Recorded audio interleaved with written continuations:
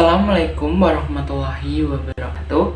Perkenalkan, nama saya Abdul Aziz dengan NIM 0512210002 dari semester 1 kelas A Universitas Mudiwaluyo.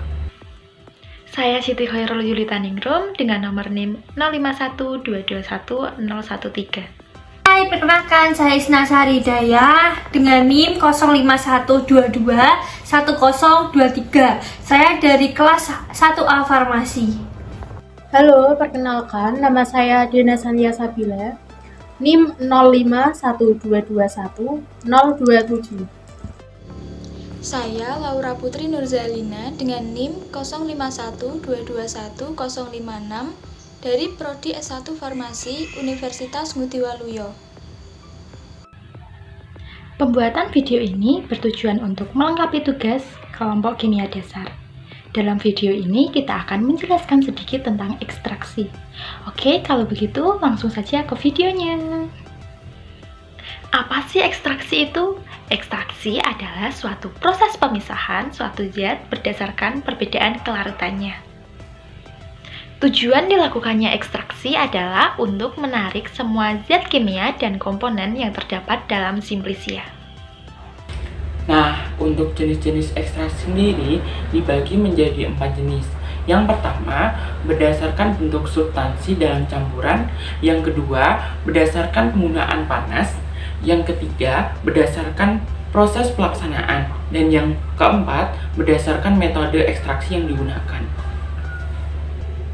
Baik, untuk jenis yang pertama itu berdasarkan bentuk substansi dalam campuran. Di sini memiliki dua kriteria. Yang pertama ada padat cair, yang kedua ada cair-cair. Untuk padat cair sendiri, bahan yang digunakan berbentuk padat atau serbuk. Untuk pelarutnya atau solvent dia menggunakan cairan. Untuk cair-cair sendiri, bahan dan juga solventnya dia berbentuk cairan. Berdasarkan penggunaan panas ada dua, yakni dingin dan panas. Untuk dingin sendiri ada maserasi dan perkolasi. Ada dua proses pelaksanaan, yakni ekstraksi berkesinambungan dan ekstraksi bertahap. Untuk ekstraksi berkesinambungan sendiri menggunakan satu pelarut yang sama, sedangkan bertahap menggunakan pelarut yang berbeda-beda setiap tahapnya. Jenis-jenis ekstraksi berdasarkan metode ekstraksi dibagi menjadi dua, yaitu metode tunggal dan metode bertingkat. Metode tunggal yaitu metode yang menggunakan satu pelarut saja untuk proses ekstraksinya. Dalam metode tunggal ini memiliki keuntungan yaitu tidak memerlukan waktu yang lama dan lebih sederhana. Sedangkan kerugiannya yaitu menghasilkan rendemen yang lebih sedikit. Untuk metode bertingkat, menggunakan dua atau lebih pelarut yang berbeda dalam proses ekstraksinya. Memerlukan waktu yang lama, namun dapat menghasilkan rendemen yang lebih banyak. Jenis pelarut, yang kedua ada suhu, selanjutnya ada kuantitas pelarut, lalu ada ukuran partikel, kecepatan pengadukan, dan waktu yang diperlukan. Yang selanjutnya yaitu ada jenis-jenis pelarut. Yang pertama adalah aqueous. Aqueous merupakan jenis pelarut polar. Dan yang kedua ada metanol yang merupakan pelarut semipolar. Yang ketiga ada etanol yang termasuk dalam pelarut semipolar. Yang keempat ada kloroform yang merupakan pelarut nonpolar.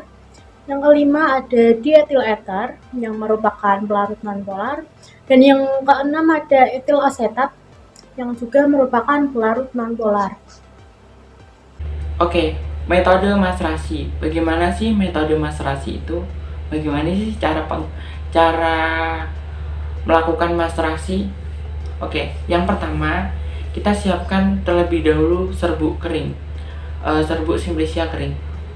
Setelah itu kita melakukan perendaman selama 3 kali 24 jam. Setelah itu menghasilkan masrat. Nah, untuk masrat itu nanti kita melakukan penguapan pada alat yang namanya rotary evaporator. Setelah itu menghasilkan ekstra kental. Nah, untuk ekstra kentalnya sendiri nanti bisa kita kembangkan menjadi sebuah produk ataupun kita uji kandungan dalam Simlisia tersebut. Lalu yang kedua adalah perkolasi. Langkah-langkah dari perkolasi adalah Simlisia yang sudah dihaluskan akan direndam dalam cairan pelarut. Kemudian dimasukkan dalam perkolator yang sudah diberikan kapas dan kertas saring di bawahnya. Kemudian, pelarut akan dimasukkan dalam corong pisah. Pelarut akan jatuh ke dalam beker gelas yang sudah disiapkan di bawah perkolator hingga menghasilkan perkolat. Perkolat ini harus diuapkan dahulu agar menjadi ekstrak yang kental. Metode ekstraksi sokletasi merupakan suatu metode pemisahan zat dari campurannya dengan pemanasan. Pelarut yang digunakan akan mengalami sirkulasi.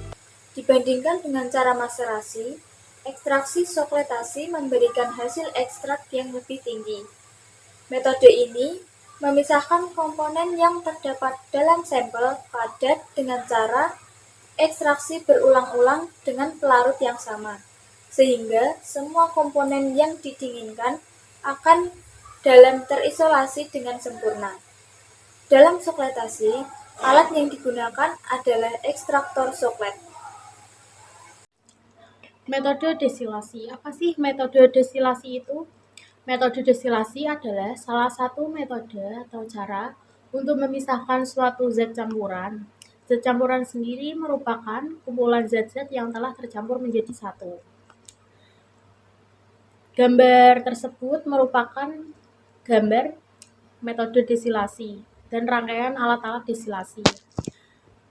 Alat-alatnya yaitu yang pertama ada standar, yang kedua ada labu didih, yang ketiga ada penangas, yang keempat ada kondensor, yang kelima ada klem, yang keenam ada termometer, ketujuh ada Erlenmeyer, ada untuk air masuk dan juga untuk air keluar.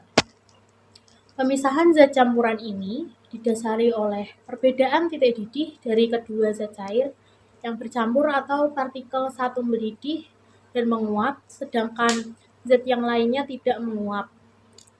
Prinsip kerja dari metode destilasi sendiri dilihat pada perbedaan titik didih dari zat cair yang bercampur, sehingga saat menguap, setiap zat akan terpisah. Teknik destilasi yang digunakan dalam proses pemisahan zat menggunakan metode destilasi adalah dididihkan, diuapkan, kemudian didinginkan kembali, sehingga dihasilkan zat murni yang diinginkan. Pelarut bahan yang diinginkan akan mengalami penguapan, dan uap yang dihasilkan dari proses tersebut lewat melalui pada tabung pengembun atau kondensor. Pada gambar tersebut adalah yang di tengah itu yang bentuknya panjang itu disebut kondensor. Uap yang mencair ditampung dalam wadah. Bahan hasil pada proses ini disebut destilasi, sedangkan sisanya disebut residu. Metode reflux.